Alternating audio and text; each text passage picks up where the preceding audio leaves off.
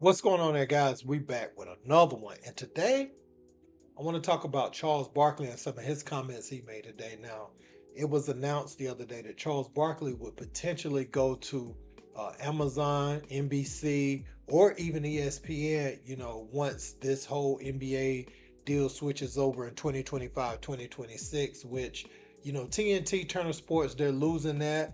And everybody is up in arms about inside the NBA being canceled. But like I said, Kenny Smith wants to get in the NBA and become a GM for a team. You got Shaq, who has so many endorsements. He DJs, he does so much other stuff that he could be spending his time elsewhere. And Charles, he's made so much money, and his personality will be so sought in the sports entertainment world that he'll be able to name his price wherever he goes. The problem with that is the chemistry that he has with his current group, and trying to replicate that could become problematic. And he don't want to go somewhere else and bomb, especially since he'll always be associated with the crew that he was with. They're kind of all one at this point, kind of intertwined forever. So if you can't outdo that, then what do you do? Um, so they asked him about Adam Silver, and they also asked him, about his future plans, and this is what Chuck had to say. Have you talked to the commissioner at all about everything that's unfolded here? I have not. I'm gonna reach out to him at some point because I love Adam Silver. I think he's fantastic, but also I understand he works for the owners and the players. And hey, this is a great deal for the owners and the players. Do I think it's the best thing for the fans? No, I do not. But we have to always. I hate when people go off on commissioners in sports. I like sports. I said their number one job is the owners. They work for the owners. Their second job is to work for the players. And hey, regardless of what happened with Turner, whatever, he did a great job for these players. And for the next 11 years, they're going to make more money than they could ever spend. I hope they use it the right way in their communities and their families and things like that. But Adam, I got a lot of respect for Adam. Charles, right after the final, we didn't even break down I think the last game of the finals or game 4 of the finals because we spent the entire time talking about the fact that you said you were going to retire. Like, how much did you like? Why did you say it at that point? And how much of that did you really mean at the time? Well, it's still 100% true right now. Like I say, the notion that I'm gonna go to another network and break in another team, I'm not sure I want to do that at 62 years old because I've been with these guys 24 years. It'll be 25 years at the end of next year. I know exactly what Ernie's gonna think. I know it's gonna be his reaction. I know what Kenny and Shaq are gonna do. To go out there on a new network, because if I go to another network, they're gonna be coming for me. They're gonna be like, y'all paid this guy this money to come here to bomb. So I have to think about that. I used this line on another show, and it's a great line. It's from Denzel Washington in American Gangster. When my man said, hey, quitting on top ain't the same as quitting. And it's a great line. Hey, it's a great line. Hey, I've been on the best show on television for 24 years. We've won Emmys like every year since I've been there. I've been nominated 24 straight years, and I think I've won 7 or 8. So I want to thank everybody who voted for me.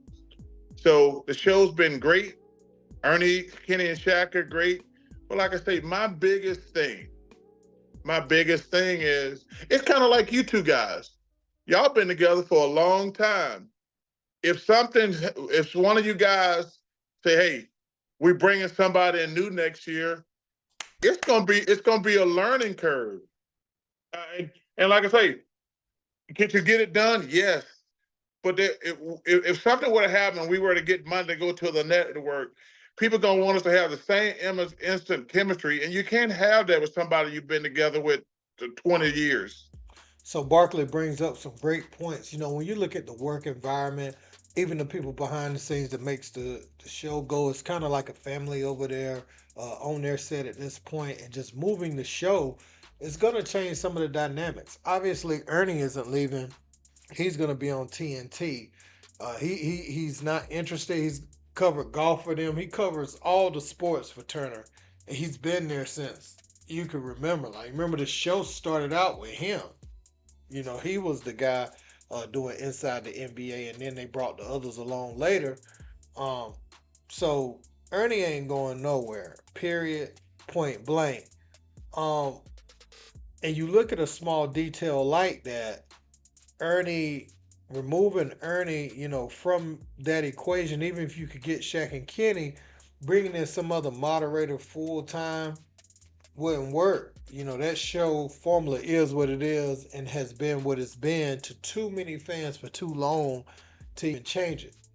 And Chuck, just his style is predicated upon them being together. Him and Shaq's relationship being together. They can have certain on air arguments because of the nature of their playing days and their friendship.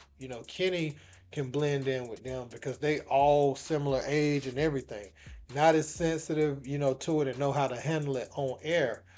Even though Shaq is very sensitive, they keep it professional. They can all get over it, a lot sooner. And that's because they are truly friends at the end of the day. That'll be different with someone that you ain't really close with like that. Also, Chuck, he has a taste of what it feels like to go do something else. Now, granted, he wasn't doing sports, but the show with Gil King bombed tremendously. And it's like, oh, if I'm Chuck and I show up, it doesn't mean that the show's going to do well because I'm doing well and other stuff.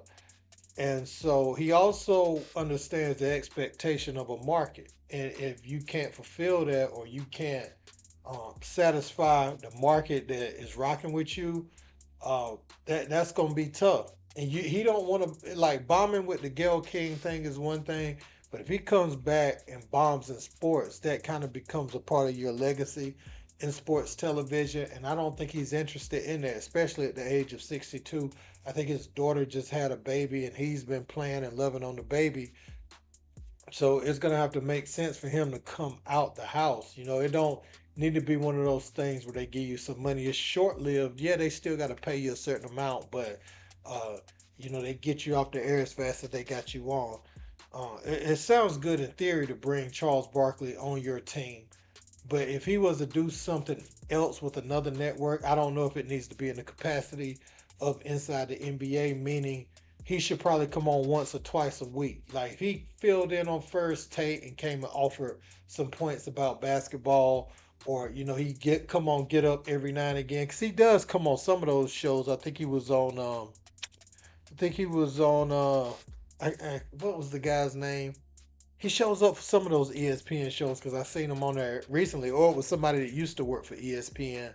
But he'll show up, on a show and really give his take, about basketball here and there. And he could do it in that capacity and really just enjoy his life with the money that he's made. But as far as recreating a new show and putting everything all into that really has to pique your interest for it to turn into what they wanted to turn into. Because I'm gonna tell you, they're expecting Inside the NBA if they get Charles Barkley, and it's not that simple.